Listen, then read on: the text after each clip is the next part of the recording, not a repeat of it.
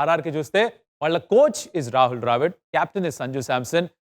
Butter and players వదిలేసుకున్నారు. Last సీజన్‌లో వాళ్ళు ఫస్ట్ హాఫ్‌లో చాలా బాగా ఆడారు. తర్వాత ఫార్మ్ డిప్ అయింది. ఈసారి వాళ్ళ బలం అంటే ఏదని చెప్తారు?